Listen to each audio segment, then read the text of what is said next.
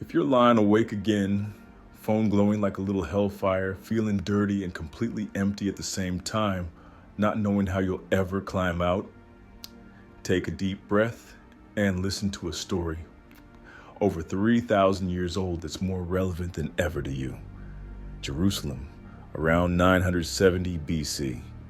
A young man, barely 20, stands alone in the brand new temple. His name, Solomon. He just inherited everything. Throne, power, an empire from the Euphrates to Egypt.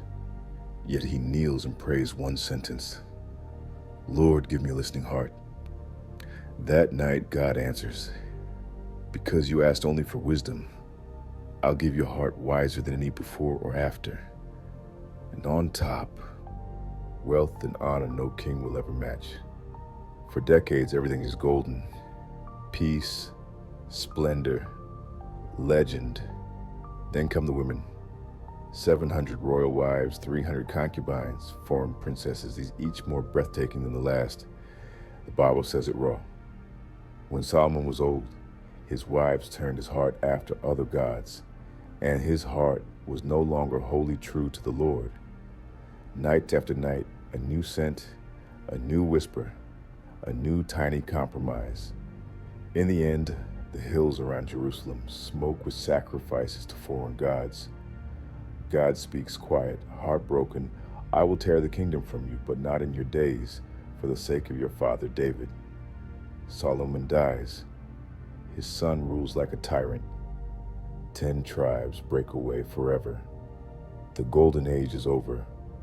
All because one man said just one more time 1,000 times. Now come back to your room. Tonight, 2025. We don't need 700 princesses and 300 concubines anymore.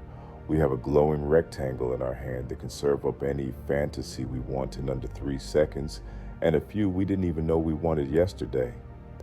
This modern addiction is far worse than anything Solomon ever faced, because it doesn't just steal hours. It steals entire decades of your life while you're not paying attention, until one day you're 38 with nothing but 60,000 hours of screen time stats staring back at you, rewires your brain so hard that real joy, sun on your face, a hug, a deep conversation feels flat and boring compared to the next 4K dopamine hit.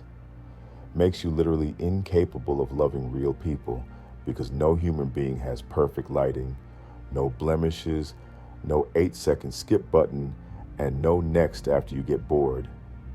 Murders your attention span. You can't pray for 5 minutes, read 1 page, or sit with someone without your thumb twitching for the next scroll. Locks you in a loneliness deeper than any desert, surrounded by millions of naked bodies, yet completely unseen. Convinces you that you're permanently dirty, unforgivable, that God has already walked out of the room because you clicked again. Slowly turns you depressed, anxious, irritable, numb, and angry at everyone, including yourself. Keeps you from the actual calling you were born for. And the very worst part, one random morning you wake up at 35, 40, 45 and realize you traded the best years of your life for pixels and fake moans, while real life, kids being born, parents growing old, dreams dying, passed you by. You were just watching one more the whole time.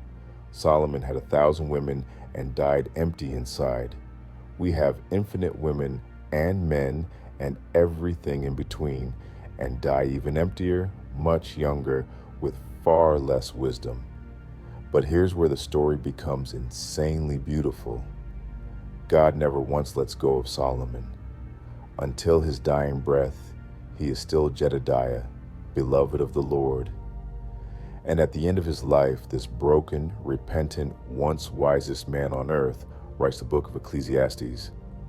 I tried everything: pleasure, projects, palaces, sex, wine, wisdom itself. It was all meaningless, just vapor, chasing after wind. In that brutal, naked honesty, God finds him again. That means for you tonight, you are not more broken than the richest, wisest, most powerful man who ever lived. If God didn't abandon Solomon, He is not abandoning you. You can turn around tonight. Concrete. Immediate steps. Shin number 1. Take the phone out of your bedroom right now, out of reach, on silent. Do it before you finish reading the sentence. Number 2. Install a real blocker today. Covenant eyes accountable to you, Truple, whatever. And hand the override code to someone who loves you enough to never give it back. Number 3. Every single night before you close your eyes, say out loud, Jesus, I blew it again. I want to come home. That's enough. Number 4. Tomorrow tell one real flesh and blood person everything. No more secrets. From this moment forward, all or nothing. No, just a little. No, only at night. No middle ground. Freedom or slavery. You choose. Solomon had 1,000 women and died lonely. Jesus had none and died so you never have to be lonely again. If this just punched you in the soul, drop across below. I know exactly what it means. And I also know, starting tonight, you are not alone anymore. You've got this. Tonight can be the first night of the rest of your life. I trust in you.